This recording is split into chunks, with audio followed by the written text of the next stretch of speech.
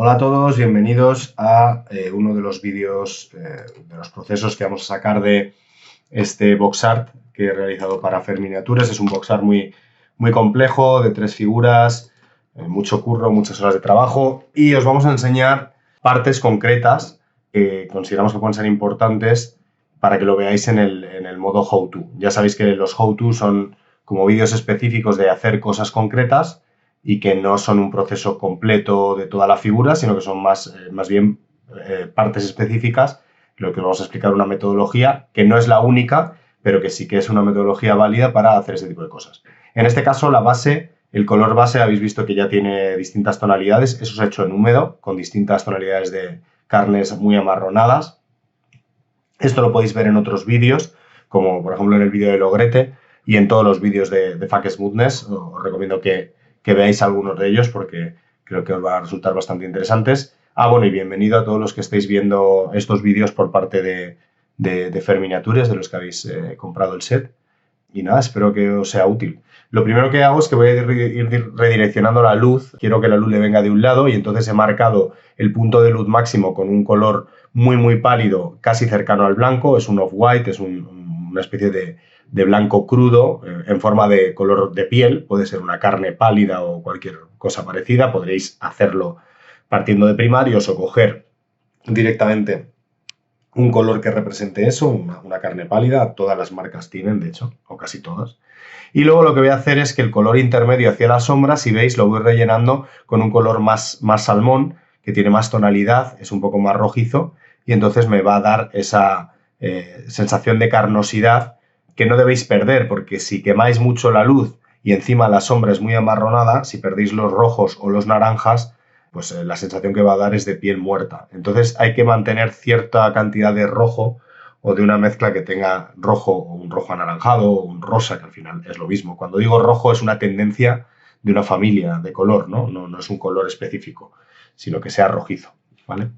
Entonces, básicamente lo que me estoy haciendo aquí es una técnica parecida al concepto del cel shading, que es un concepto muy de cómic, como lo que hace Frank Miller, por ejemplo, en el cual básicamente lo que haces es áreas de color puro, ¿no? O de no color, blanco y negro puede ser también. En este caso yo lo estoy haciendo a color y entonces lo que hago son como bloques de color puro, planteo los 3 bloques de color que serían la luz máxima, el tono medio más saturado y la sombra más amarronada, y luego lo que voy a ir haciendo es ir generando tonos puente que voy a utilizar para generar los degradados. Los degradados vais a ver que los aplico tanto con parcheo. Recuerdo, sobre todo para los que estéis aquí de primeras, lo que es un parcheo. El parcheo es la parte final de pigmento que se acumula cuando sueltas el pincel en una veladura, que muchas veces es lo que nos molesta y lo que hace que muchas veces la veladura no salga bien. Bueno, pues esto se utiliza, ¿vale? Lo único que tenéis que elegir bien es la dirección de la pincelada y dónde dejáis ese parcheo, ¿no? En este caso, con un tono medio, se deja el parche en la zona donde el color coincida, ¿no? También podéis utilizar otro tipo de técnicas, como técnicas, por ejemplo, de punteado o técnicas de trazada corta de pincel. Con todo esto no es que me esté inventando los nombres, estoy intentando describir lo que podéis ver para que se os quede en la cabeza y la próxima vez cuando vaya describiendo cosas, pues lo tengáis más claro, ¿no? Entonces, este tipo de trazadas cortas son pinceladas, pues ya digo, que tienen un recorrido muy corto y donde van acumulando el pigmento en una zona muy seleccionada, ¿no? Aquí veis que, por ejemplo, estoy volviéndole a ganar viveza, más cantidad de rojo, ¿no? O estoy encarnando la piel, porque al final una de las cosas que pasa cuando empiezas a degradar de esta manera es que es muy fácil comerte los tonos medios. Entonces, cada cierto tiempo es bueno recuperarlo. Si os fijáis, todos los fundidos, que evidentemente esto está acelerado, ¿vale? Pero todos los fundidos que vais a ver que poco a poco la pieza se va a ir fundiendo, los estoy trabajando muy parecido a un punteado. No es un punteado perfecto, no sería como el típico punteado de Kirill o de Michal Pisarsky, que son punteados mecánicos súper perfectos. En este caso, a mí, pues ni yo soy muy perfecto, ni es mi especialidad serlo, ni tampoco me gusta especialmente. Me gusta verlo y alucino cuando veo la perfección de pincelada de otra gente, pero reconozco que hacerlo, y lo he hecho, no es una cosa que me produzca cierto placer. Entonces vais a ver que mi pincel lo cojo de una manera un poco inclinada. No tiene la posición correcta de un punteado, que sería completamente perpendicular a la superficie. En este caso lo que voy haciendo es ir dando pequeñas pinceladas, que son trazos muy cortos y que además, si os fijáis, se van a adaptar, o digamos la dirección de la pincelada se va a adaptar a la forma que hay debajo.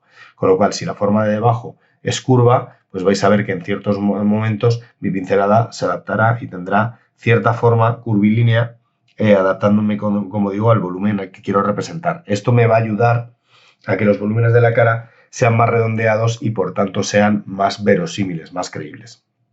Y la dilución que estoy utilizando en este caso es una dilución media-alta. Si os fijáis, estoy cogiendo todo el rato de la misma mezcla y lo único que hago es añadir agua. No podéis ver aquí el vaso porque no puedo tener 3 cámaras, pero vais a ver que cuando paso por encima de, o sea, digamos que salgo de la escena de la figura y no estoy justo mezclando, pues lo que estoy haciendo seguramente es cogiendo un pelín de agua.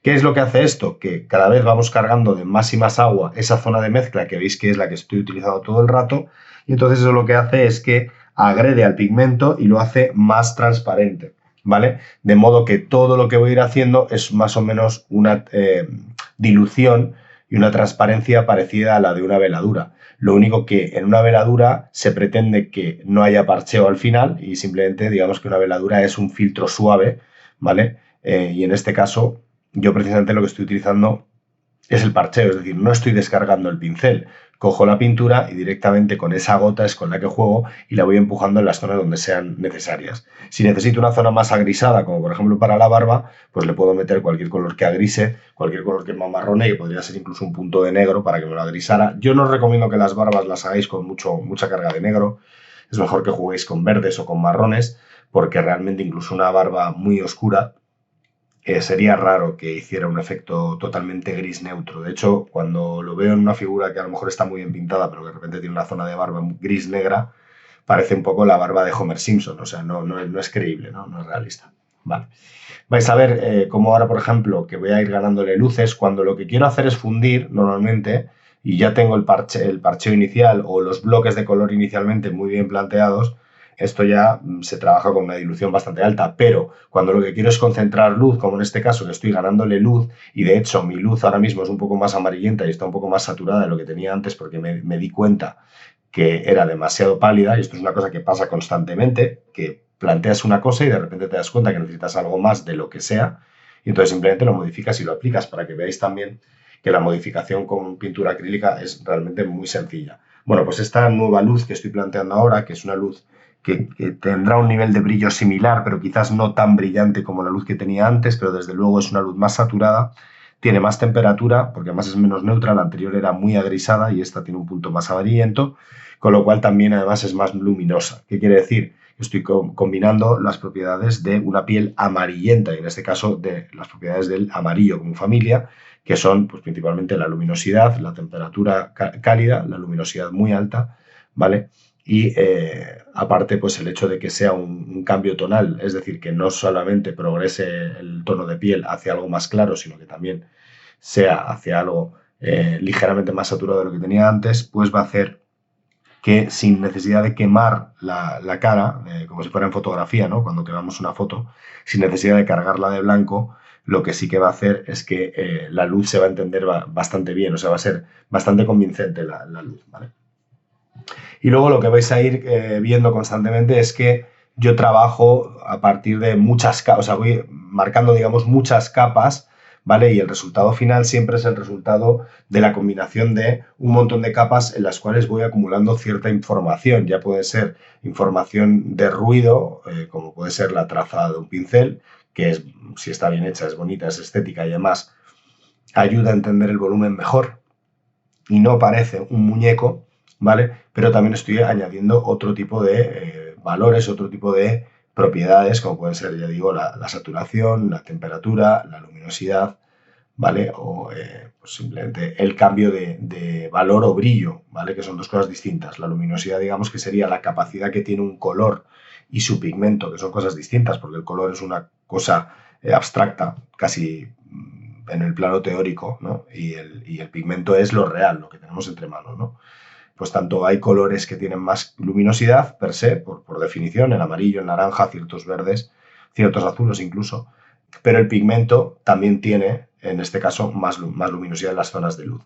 Lo que me ha permitido el hecho de modificar el área de luz que planteé en un principio, que era muy blanquecina, y hacerla más como un tono de piel ligerísimamente amarillento, es que ahora vuelvo a ganar espacio. Si vierais el desarrollo del color en Photoshop, por ejemplo, veríais que vuelvo a ganar espacio, digamos que he hecho que la progresión ya no vaya tan cercana al blanco, y entonces vuelvo a ganar espacio para ahora sí poder meter una zona más blanquecina, más brillante, y que genere ese golpe de luz, ese golpe de impacto en una zona concreta, que además en este caso he decidido, en lugar de lateralizarla tanto como estaba en un principio planteada, pues la voy a frontalizar un poquito más y la voy a dejar en la línea de los 3/4 de la cara, ¿vale? Si no entendéis cualquier cosa de la que estoy diciendo, de verdad, incluso evidentemente todos los alumnos de la academia y los que vengáis por parte del kit completo de FER, aprovechad y ponerme un comentario en los comentarios del vídeo de la academia, de la web, que los contestamos siempre, y si tenéis cualquier duda solo tenéis que decirme, pues Alfonso, tengo una duda con respecto a esto que dices en el minuto tal pascual, y entonces yo en base a eso pues lo miro y os respondo la duda lo antes posible. Así que cualquier duda que tengáis, por favor, no dudéis en preguntármelo, porque para eso estamos también, ¿no? Para que responder las dudas que puedan surgir a cualquiera de los alumnos. Vale, una vez yo tengo planteado la luz, que veis que ya es bastante potente y que realmente me está redirigiendo la mirada, en lugar de hacia el lateral, hacia una zona de 3/4, le he frontalizado la luz general un poco más. Y esto es un truco, porque realmente no debería ser así si yo quiero plantear una luz lateralizada, pero sí es verdad que a nivel estético me beneficia. Y en un box art, y esto creo que es un aprendizaje interesante, importante, lo que prima no es ni el realismo, ni siquiera tu gusto propio muchas veces, sino que funcione, o sea, que sea fácil de ver, fácil de entender, y de hecho que también no parezca muy difícil de hacer, eso que sería otro de los factores a tener en cuenta cuando pintamos un box art, ¿no? Y en este caso, el que se visualice bien la pieza, ¿no? Para que el comprador pueda ver qué es lo que se va a comprar, ¿no? O sea, en este caso, con la pintura yo puedo modificar muchos volúmenes, y de hecho veréis a lo largo de estos procesos, no sé muy bien qué es lo que iremos sacando del tipo de la espada con el pelo pincho, pero en caso de que sacáramos la cara o la piel, vais a ver que he hecho muchísima modificación de volúmenes. En este caso, en esta cara, no lo he hecho porque creí que no hacía falta, que con el volumen que había trabajado Ramón, el escultor, ya era suficiente, y entonces en este caso simplemente me aprovecho de la escultura de una manera más lineal, sin ser tan intervencionista a la hora de modificar visualmente los volúmenes, ¿vale? Pero sí que me dio la sensación de que lateralizar un poco la luz y luego dejarla en esta barrera de los 3/4 de la cara, que quiere decir que no está frontalizada la luz, pues me iba a dar más juego y más interés. Sin embargo, no, o sea, me resistí a hacerle una luz totalmente lateralizada, porque aunque a nivel dramático seguramente sería más impactante, y a nivel técnico seguramente sería más valorado porque porque es más complicado de hacer, pero la realidad es que esta es una figura que en el set va a ir dispuesto en el medio, y que entonces pensé que tenía que entenderse de una manera muy frontal, aunque es verdad que va a haber más luz en un lado de la pieza que en otro, pero aún así pensaba que la visualización de la cara tenía que frontalizarse, ¿no? Vale, todo lo que veis mientras voy contando este rollo son todo el rato lo mismo, son microveladuras, ¿vale? Son microveladuras o microparcheos.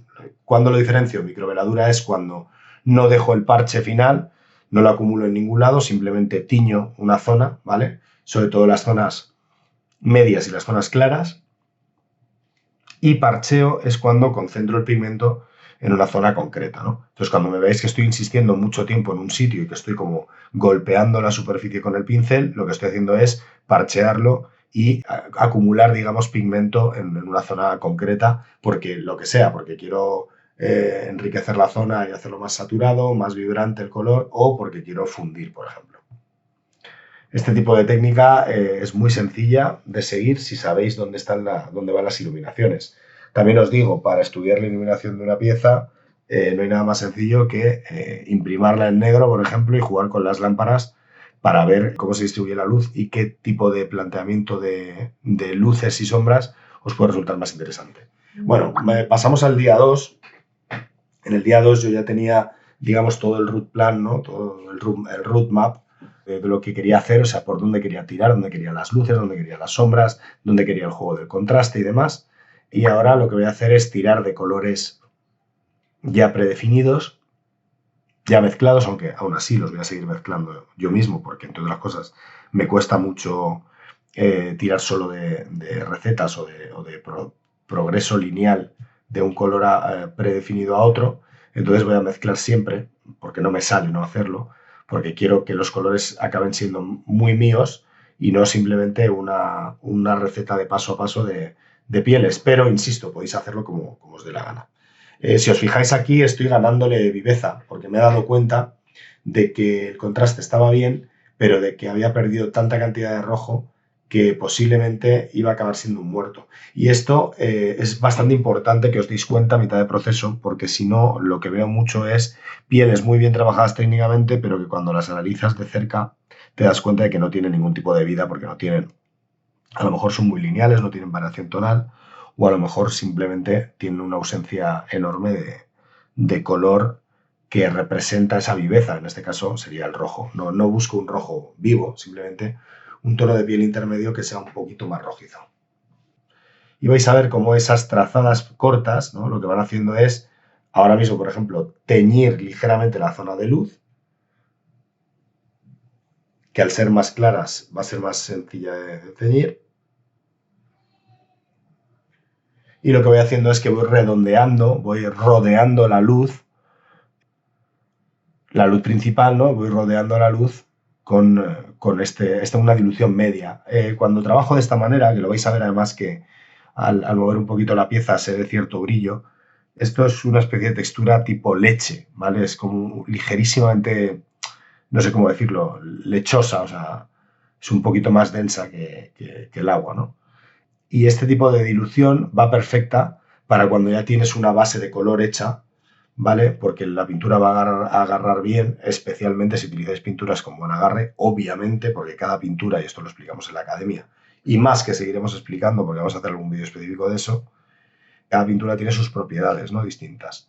Entonces, en este caso, yo prefiero controlarme y utilizar una de esas pinturas más asociadas a la pintura miniatura, digamos, con lo cual aquí no estoy mezclando con tintas ni heavy bodies que no sean de, por ejemplo, de Descale o, ¿vale? No estoy utilizando pigmentos demasiado ricos y esto lo que me hace es que la piel sea un poquito más pobre a nivel de variación tonal, pero como el resto de la pieza está en colorido tampoco me importa y por otro lado porque además así es más fácil de controlar y puedo ir más rápido.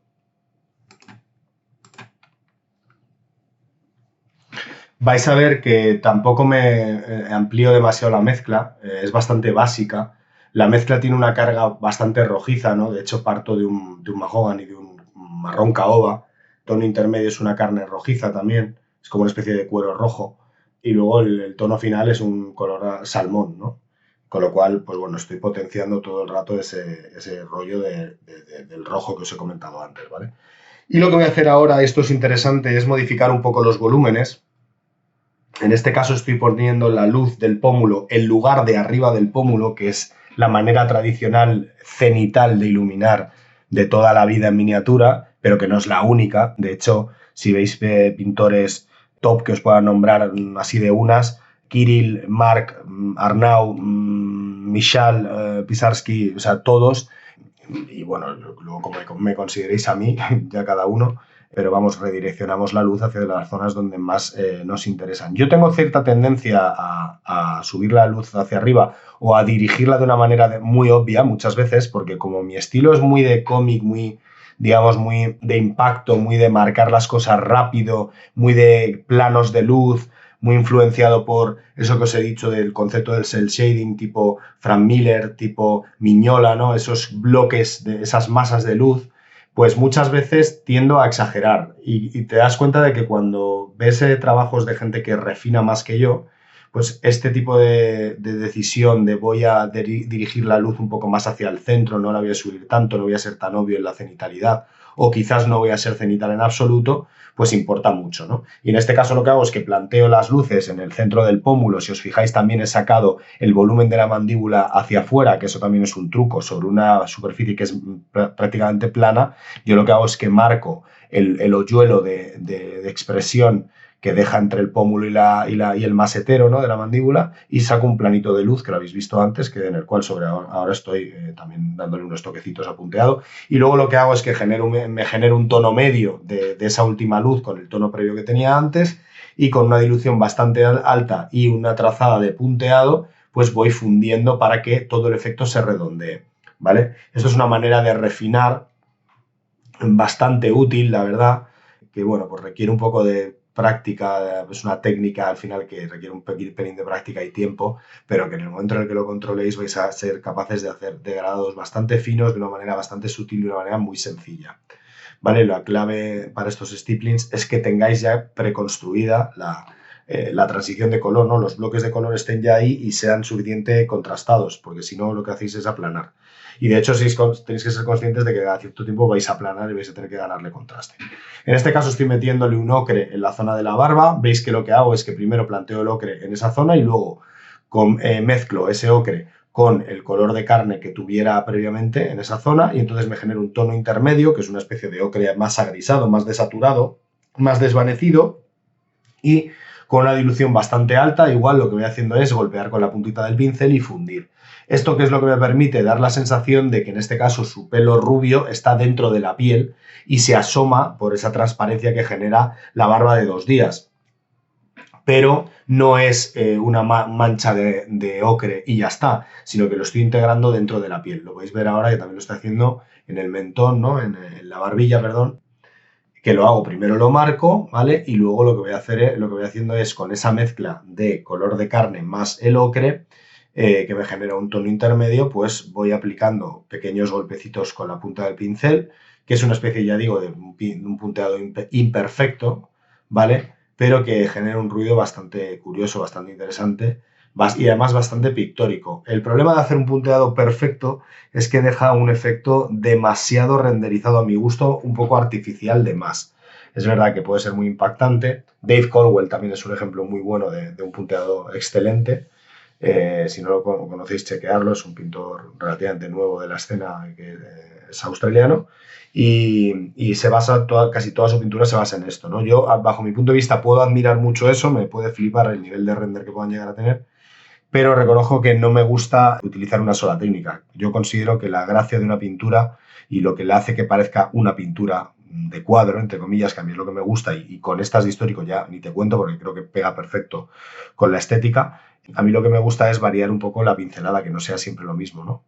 Porque eso lo que hace es que te genera ciertos ritmos, y el ritmo del pincel tiene un lenguaje, que cualquiera que le guste el arte clásico, si ves un cuadro del que sea de Velázquez, lo ves desde cerca, te vas a dar cuenta de la cantidad de pinceladas distintas que utiliza y que cada una tiene un sentido y un mensaje distinto, ¿no? En este caso, en la zona de sombra de la cara he hecho lo mismo con la piel, o sea, con la zona de la barba, pero en lugar de con un ocre amarillento lo hago con un ocre verdoso o con un marrón verdoso, porque va a ser una zona que va a quedar más en sombra. Con lo cual lo que hago es meter el concepto del azul o el negro, que como bien sabéis, tanto el azul como el negro, si lo mezcláis con el amarillo, en este caso sería el ocre que utilicé en la otra zona de la barba, lo que hace es que verdea.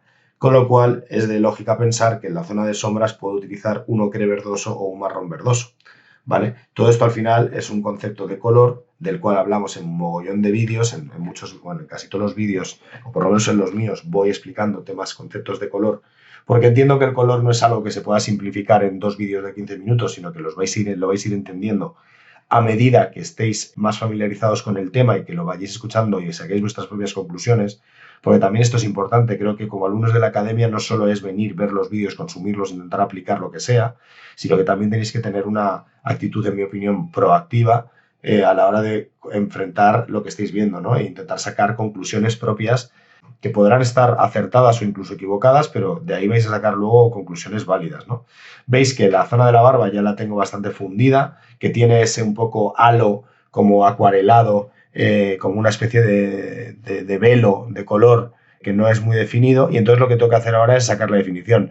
¿Por qué? Porque cuando nos basamos en técnicas muy finas que se basan en la dilución muy alta, el riesgo que tenemos es de acabar perdiendo definición y dejarlo todo, pues eso, como muy velado, como muy suave, como muy demasiado fundido, pero además de una manera un poco artificial.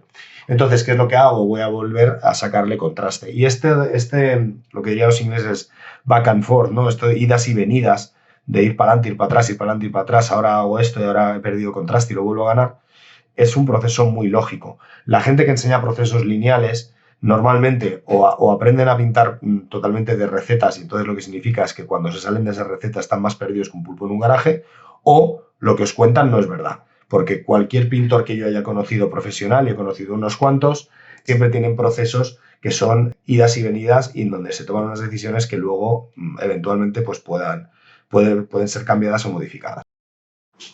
Bueno, estoy en un estudio nuevo / habitación. Ya os la presentaré cuando esté bien, cuando esté sin cajas ni nada de esto. Hace un calor de narices. El ruido que oís es un aire portátil y como veis la paleta, pues es un drama. O sea, se está secando, o sea, no se adhiere, la pintura dura minutos, con lo cual esto implica unos problemas que os voy a un poco a comentar porque os pasará a muchos, y lo que hace es que necesitas reactivarla constantemente y vais a tener tendencia a echar agua. ¿Qué es lo que hace esto? Reduce el pigmento, aplana la pintura y entonces vais a tender a trabajar con veladuras. Esto, cuando quieres construir un volumen y quieres generar contraste, es un problema, porque el color se aplana y entonces no da sensación de volumen, parchea todo, ¿vale? No tienes densidad.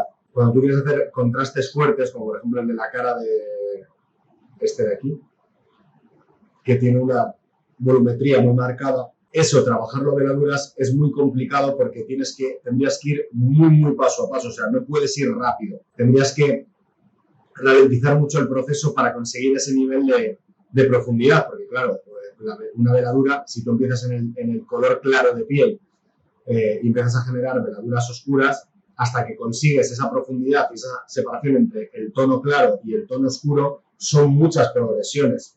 Ese es el problema de utilizar técnicas y diluciones relacionadas con la transparencia, ¿vale?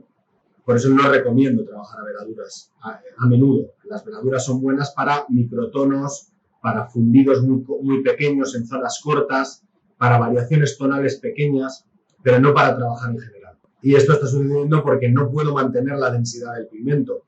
El pigmento se aplana porque se está secando y lo estamos rehidratando constantemente con agua. Entonces, ¿qué es lo que voy a hacer? Voy a pasar de botes predefinidos y voy a volver a pintar como pinto yo de toda la vida, que es creándome las pieles de cero, ¿vale? Y para esto voy a mezclar tintas, un heavy body y un color mate. En este caso hemos estado utilizando colores principalmente de Vallejo, y alguno de Scale y alguno de Reaper. Todos son colores mates, sobre todo Reaper y Scale son especialmente mates, Vallejo no tanto. Todos tienen una densidad de pigmento baja, son colores que aplanan mucho, sobre todo Reaper y Scale 75, y en este caso lo que vamos a hacer es todo lo contrario. Vamos a generar una mezcla grande, de la cual van a salir muchas tonalidades diferentes porque no se basa en un color predefinido, sino que se va a basar en la propia mezcla, en lo que vaya saliendo, pero me voy a preocupar de que esos colores tengan intensidad de color, que sean muy vibrantes, que sean saturados, van a ser satinados también. Luego siempre tengo tiempo, como ya sabéis, de rebajar ese satinado con barniz mate al final. No me preocupa, lo que quiero ahora es que la piel sea viva y trabajar de una manera más cómoda, más a gusto. Para esto necesito generar densidad. Como la paleta se me está secando, el ambiente es muy seco, pues necesito generar una pintura empastada con densidad que tarde más en secar y que me permite trabajar en húmedo más rápido, ¿vale? Así que cambio la paleta, cruzo los dedos y empezamos la mezcla de cero. He cambiado la dirección para trabajar ahora sobre esto. Voy a mojar la paleta, a ver si me dura un poquito. Y vamos a trabajar, como he dicho, con colores que tengan otras propiedades. En este caso, más densidad. Por ejemplo, un Liquitex. Esa puede ser uno de mis colores base. Voy a ir disponiéndomelos. Estos colores tardan mucho más en secar, con lo cual en ese sentido vamos a tener esa ventaja. Voy a utilizar una tinta blanca. Quiero un naranja y un rojo para jugar con las tonalidades, las carnaciones, la temperatura. Y para apagarlo voy a contar con un azul, en este caso también es un heavy body, pero es de Scale. La diferencia es que los de Scale son muy mates, a pesar de que cuando están en pasta, cuando tienen mucha densidad, cuando están en gota o en no sé cómo llamarlo, en grumo, ¿no? Se ven todos iguales, pero realmente tanto este y este son satinados, pero este es bastante mate. Y vais a ver lo sencillo que es. En este caso, pues voy a partir del rosáceo porque quiero que la piel tenga un punto más rosita. Es demasiado exagerado, con lo cual lo voy a anaranjar ligeramente con amarillo. Aquí ya tenemos una piel, esto ya es una piel. Si quiero agrisarlo un punto, le meto un punto de azul, con lo cual me lo agrisa, es decir, pierde saturación, lo corrompe, ¿vale? Lo hace más, lo hace un color más neutro, lo hace un color más desaturado, lo hace un color menos vivo. Puedo seguir combinando distintos tonos si quisiera y simplemente con el blanco ya me saco el tono de piel. Como veis, es un tono de piel que me ha quedado muy frío, con lo cual, metiéndole un punto de amarillo y de este marrón anaranjado y un puntito de rojo, me voy generando un color de apoyo que luego voy a integrar. Más blanco y entre medias encontraré un tono cárnico al cual le puedo ir aplicando distintas tonalidades y lo que me beneficia esto es que tengo 3 tonos distintos en muy poco tiempo. Generas una cantidad de tonos muy grande, ¿no? Entonces ahora voy a empezar a trabajar rápido para que el color no se me seque demasiado, que aún así el color sigue... Es un drama, ¿eh? Trabajar en verano. Un poquito de azul de quimera, que es un azul muy profundo. Le voy a meter un punto de negro que tengo por aquí. Me hago un azul todavía más profundo, es como un negro azulado, ¿vale? Y esto lo aproximo a la carne y le meto un punto de rojo para que conecte y lo que me genera es una especie de marrón amoratado que puedo utilizar en zona de sombra. Si os fijáis, lo bueno que tiene trabajar así es que me va a permitir tener cierta capacidad de fundido en húmedo. Obviamente, no voy a tener la misma capacidad de fundido en húmedo que cuando hay una temperatura normal, que el fundido en húmedo, digamos, que se me alarga, o sea, el tiempo de fundido en húmedo se me alarga, voy a tener mucho más tiempo. Y en este caso, pues no sucede, o sea, es un fundido en húmedo que o lo haces en el momento o lo pierdes. Pero lo bueno es que al menos en la paleta sí me va a durar más la mezcla, porque no necesito añadir agua, porque tanto la viscosidad de la pintura como si añadimos tinta, la fluidez me va a servir como hidratante, por decirlo de alguna manera. La tinta en este caso, la tinta blanca, me sirve de hidratante, no necesito echar agua. Con lo cual, ¿qué significa? Que va a tardar un poquito más en evaporar. Esto creo que es útil porque a muchos seguramente os pase este tipo de problemas. Tenéis que tener cuidado de daros cuenta, porque muchas veces cogemos agua casi de manera inconsciente y tenéis que tener cuidado cuando cojáis agua de no perder esa viscosidad, porque en el momento en el que la perdáis hay que seguir añadiendo color. Con lo cual vais a ver que cuando yo hago estas mezclas propias de carnes, bueno, de carnes o de lo que sea, yo voy reactivando la mezcla constantemente y voy añadiendo colores para que no se pierda en las propiedades, que las propiedades es algo muy genérico, pero podríamos hablar de tanto la densidad, la viscosidad, incluso la propia cobertura de la pintura, la saturación, la intensidad de la pintura, y vais viendo que la cara brilla. Esto evidentemente a mucha gente le da el telele, ¿no? A mucha gente le da, Dios mío, la cara brilla, no me van a dar un oro en Torrent. No os preocupéis que para eso nuestros amigos de acá hicieron el Ultra Matte Varnish, para que puedas trabajar de esta manera en fresco, con colores mucho más interesantes, mucho más vivos que los colores que se compran en bote, con mucha más variación tonal, por cierto, que incluso es muy natural porque va saliendo sola, te lo va demandando, te lo va sugiriendo la propia paleta, y luego al final, cuando ya tienes todo el trabajo hecho, o al menos la mayor parte del trabajo enfocado, es cuando mateas y todo se ajusta. Así que no os asustéis, que no pasa absolutamente nada, ¿vale? Que no es un drama. El mate se puede conseguir después. Y además tenéis la ventaja de que luego podéis decidir qué zona va a ser mate. No todo tiene que ser mate porque sí, porque a lo mejor os interesa dejar alguna zona semimate o semisatinada, o incluso satinada, como por ejemplo la nariz. De hecho, para los que no dependáis de una foto, para la figura, estos acabados ligeramente satinados en algunos puntos quedan mejor en mano. Lo que pasa es que es verdad que luego en foto pues dan problemas porque generan reflejos incontrolables. Entonces, Si vais a pintar para foto, para vuestro ego, para que os digan lo bonito que es en Instagram y en redes sociales, entonces sí tenéis que tener cuidado con el satinado para que no os genere problemas a la hora de fotografiar, pero si lo estáis haciendo para vosotros, para que se vea en mano, para que lo vea vuestra gente en casa o para lo que es, o sea, me refiero que no dependáis de una foto, entonces un punto de satinado no solo no viene mal, sino que bajo mi punto de vista le da más interés y más riqueza a la piel porque los colores satinados tienen más potencia visualmente, se perciben más vivos, aunque el tono sea el mismo exactamente el mismo tono en su versión mate y su versión satinada, la versión satinada siempre se va a percibir como más potente. Con lo cual aquí depende ya de para qué queráis pintar. Evidentemente, insisto, si estáis pintando para que os den likes en Instagram o para que os pongan muchos oros en una página web, pues entonces tenéis que controlarlo. Si estáis pintando para un box art, también, porque si no os va a generar reflejos desagradables. Os va a dar un reflejo en una zona donde a lo mejor en mano no se ve, o sea, no molesta porque no flashea, pero claro, en el momento en el que tiras la foto con los focos, pues ahí sí se nota, ¿no? Y vais a ver que esta manera de trabajar, al principio entiendo que a mucha gente le puede asustar, pero es una manera muy orgánica de trabajar, muy sencilla en cuanto le pillas el truco a las mezclas. Y para eso la única técnica o el único truco que os diría es que empecéis a mezclar de una vez. Tenéis muchos vídeos en la academia donde podéis ver cómo se mezcla. De hecho, yo os recomiendo todos los vídeos que vayamos sacando del Fuck Smoothness, que los veáis, porque ahí es donde más vais a aprender a mezclar y donde os va a animar también a que practiquéis vosotros vuestras mezclas y que veáis que las mezclas no son difíciles. Al contrario, si es que los tonos se sacan casi más rápido de lo que tardas en seleccionar un tono ya predefinido de tu colección de botes. Insisto, yo entiendo y lo sé porque tengo muchos alumnos que me lo han dicho que no, porque claro, luego no encuentro el tono. Es que, ¿qué tono quieres encontrar? Este.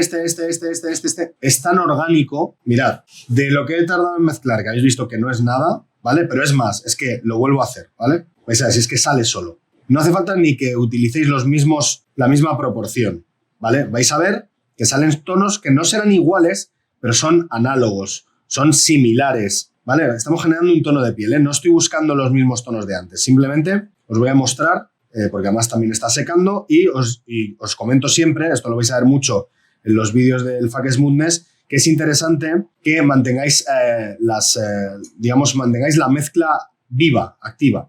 Y para eso no es solo añadir agua, porque si añadís agua, os he comentado antes que el color se aplana, ¿vale? Y entonces se seca antes. Y esto lo hemos empezado a hacer diciendo que lo hacíamos porque hace mucho calor, estaba secando la mezcla, con lo cual necesitáis cierta densidad, ¿vale? Yo tengo estos colores que he creado en nada, ya lo habéis visto, encima aprovechándome de lo poco de color que quedaba abajo sin secar todavía. Y mirad, un tono cárnico, otro tono cárnico. Voy a hacer más y voy a no perder los tonos originales, es decir, el blanco vamos a intentar mantenerlo. Otro tono cárnico. Otro. Sombra máxima. Y de todos estos puedo sacar sus luces, simplemente añadiendo blanco. Otra. Y voy justificando lo que quiero hacer. Si quiero un punto más dorado, pues le meto un punto más amarillo. Que lo quiero más asalmonado o más rosáceo, pues le meto un punto más rojo. Fijaos todos los tonos que saco, que son tonos cárnicos o al menos susceptibles de aplicarse en zonas de piel, de una manera muy rápida y que no es matemática, que no es predefinida, con lo cual no se va a ver tan matemática, tan pensada, tan artificial como si tiráis de colores de bote. Yo me estoy como esforzando por hacer mezclas con colores de bote porque entiendo, y sobre todo para contenido patrocinado de marca, como es este caso, que al final muchos de los que estaréis viendo este proceso no sois de la academia, no estáis acostumbrados a lo que estoy proponiendo, y entonces intento como controlarme para que no lo veáis como muy difícil, pero os aseguro que los que decís, no, es que esto es muy complicado, no lo habéis probado. No lo habéis probado porque mezclar es lo más sencillo del mundo, y de hecho toda la gente que viene o ha venido a las clases de teoría del color pues ellos lo ven. Otra cosa es que luego, cuando llegues a casa, pues sea más cómodo volver a coger la misma receta que te han dicho en tal tutorial o en tal revista o lo que quieras. Yo ahí no me meto, ahí cada uno que haga lo que le dé la gana. Pero la realidad es que un pintor tiene que saber mezclar y que cuanto más sepáis de mezcla, va a ser más sencillo que progreséis y que entendáis lo que estáis haciendo y que toméis buenas conclusiones, porque cuanto más mezcléis, más conclusiones de color vais a sacar y más interacciones entre colores vais a entender. Con lo cual, ¿qué significa? Que si os falta un tono, porque se os agotó el bote o porque no lo tenían en la tienda, no es un drama, porque os lo podéis hacer. Y luego, además, vuestras figuras, digamos, van a tener una variedad tonal más interesante. No va a ser lo mismo de siempre, que es lo que pasa en muchos displays. Yo juego muchos concursos y veo displays en los que todos los señores que ha pintado tienen la misma cara y a lo mejor es un display súper bonito, pero el vaquero tiene la misma cara que el romano y tiene la misma cara que el napoleónico y se nota que todos siguen el mismo patrón tanto de iluminación como de volumetría, como de que eso dentro de acá pues es más normal, porque al final todos tenemos volúmenes similares y la luz se va a comportar, si funciona de una manera en uno, pues también podría funcionar en otro, pero joder, las tonalidades de piel varían muchísimo. Entonces, negarte a explorar algo que te propone con la propia mezcla, que te propone variedades tonales más interesantes, pues hombre, me parece un poco absurdo. Entonces, si estáis viendo esto y no sois de la academia, yo os animo, si os gusta también un poco pues, la filosofía, la manera de enseñar, también hay otros profesores dentro de la academia que son más pautados, que explican las cosas de una manera a lo mejor más matemática, con lo cual tenéis para elegir. Os recomiendo que le echéis un ojo. Hay un pledge muy baratito, un producto de 5 euros que tenéis acceso 24 horas para que en 24 horas os veáis todos los vídeos que queráis y veáis un poco diferentes tipos de proyectos, cómo se abordan de manera distinta. Y si tenéis la oportunidad, yo os recomiendo que veáis vídeos del Fakes Mundes en los cuales esta filosofía, que es una filosofía basada en la pintura clásica de toda la vida, que se basa en la mezcla. Y vais a entender, vais a ver que realmente no solo no es difícil, sino que en el momento en el que os pongáis a hacerlo, vais a descubrir lo divertido que es. Es un tipo de trabajo mucho más natural, mucho más orgánico y mucho más interesante en muchos aspectos. Evidentemente, la parte técnica te puede generar algún tipo de dificultad, sobre todo cuando no estás acostumbrado a jugar en húmedo, que no necesariamente está relacionado trabajar en húmedo con hacer mezclas, ¿eh? Podéis seguir trabajando a veladuras, a parcheos o como os dé la gana o fundiendo con apunteado o con como queráis. Pero sí es verdad que este tipo de mezcla, porque aquí estamos mezclando dos conceptos, uno es la mezcla de color y otro es la mezcla de pigmentos. La mezcla de color se refiere a los tonos y la mezcla de pigmentos se refiere a las propiedades del pigmento. Por eso os he dicho que en este caso estoy buscando mayor densidad y estáis viendo que la pintura me está durando mucho más tiempo y que toda está relacionada entre sí, con lo cual, aunque luego al recargar añada nuevas tonalidades, que no nuevos colores, porque los colores son los mismos, son los originales que están aquí, yo no estoy añadiendo nada más, pero sí que al mezclarse en distintas proporciones y en distinto orden voy a generar diferentes tonalidades, pero estas tonalidades están ya relacionadas con las anteriores, con las que se han aplicado antes en la cara. ¿Por qué? Porque parten de los mismos colores base, con lo cual al principio os puede resultar un poco extraño, os podéis sentir a lo mejor un poco fuera de lugar porque no estáis acostumbrados a trabajar de esta manera, pero yo os aseguro que si os acostumbráis a trabajar de esta manera, no solo os vais a ir más rápido, no solo vuestras piezas van a ser más interesantes, sino que además, y esto es lo más importante, os vais a divertir más. Y eso debería ser el objetivo principal. Incluso mucho más de que te pongan un 9,8 en Putty and Paint o de los likes en Instagram, que a todos nos gustan, pero para mí, principalmente, mi principal objetivo es divertirme y que mis sesiones de pintura sean activas, sean dinámicas y también me sorprendan un poco, porque la mezcla tiene también esa capacidad de sorprenderte y de proponerte cosas. A veces salen tonos que ni siquiera te habías planteado. Eso es mucho más orgánico que tú ir a un rack de botes de colores que tienes 200 y decir, no, ahora voy a utilizar ese tono verde oliva y no el de al lado. ¿Me explico? Las cosas salen, y además como salen de la misma selección de colores iniciales, pues el resultado es mucho más orgánico y natural. Porque, por ejemplo, evidentemente, en una piel, este tipo de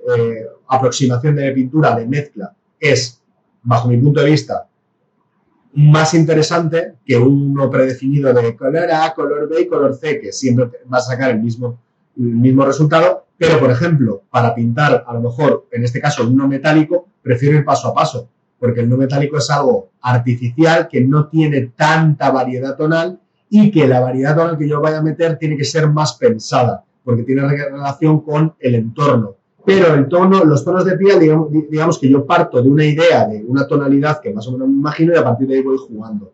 Con lo cual, según el tipo de material o según el tipo de elemento que vayáis a pintar, pues yo tiraría de mezclas o de pasos más predefinidos. Yo os digo, para no metálicos en este caso y sobre todo si voy con prisa, o para las telas o para cosas que, digamos, estén hechas por el hombre, que no sean elementos naturales, aunque sí que siempre se pueden dar variaciones tonales, una tela, pues una mancha, un desgaste, un efecto de luz tal, pero se puede hacer a posteriori y digamos que vamos a hacer la armadura o la tela como si estuviera recién salida de fábrica y luego la ensuciamos, luego la hacemos desperfectos o luego la hacemos variaciones, pero en el caso de la piel digamos que la imperfección parte del propio material, ¿vale? O sea, una piel no es una transición lisa ni una transición lineal, con lo cual este tipo de ejercicios os aseguro os van a abrir mucho la mente a la hora de percibir la pintura de manera distinta.